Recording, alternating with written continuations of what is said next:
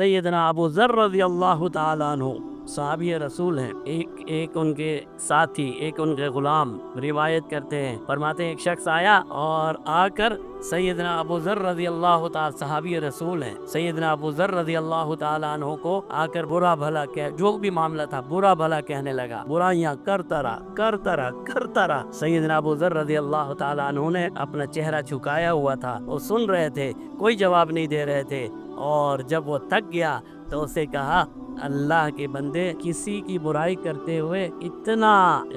گنجائش رکھنی چاہیے جہاں پر صلح صفائی ہو سکے۔ فرمایا کسی کی برائی کرتے ہوئے اتنی گنجائش رکھنی چاہیے جہاں صلح صفائی ہو سکے، اور فرمایا ہم تو اللہ کے رسول کے غلام ہیں، ہم برائی میں کسی کا مقابلہ نہیں کرتے، ہم نیکیوں میں مقابلہ کرتے۔ جتنا تو برائی کر سکتا ہے کر، میں تجھے جواب نہیں دوں گا، ہم تو اللہ کے رسول کے غلام ہیں، ہم برائیوں میں مقابلہ نہیں کرتے، ہم نیکیوں میں مقابلہ کرتے، ہم بھی تو اللہ کے رسول کے غلام ہیں۔ میں آپ کو ایک گالی دیتا ہوں تو آپ 10 دے دیتے ہو، میں نے صرف گالی دی، آپ نے میرا گریبان پکڑ لیا۔ کون سے اللہ کے رسول کی اطاعت ہو رہی ہے؟ اللہ معاف فرمائے، ہم کیا کر رہے ہیں، کس طرف جا رہے ہیں؟ آج پورا معاشرہ ایسا ہے،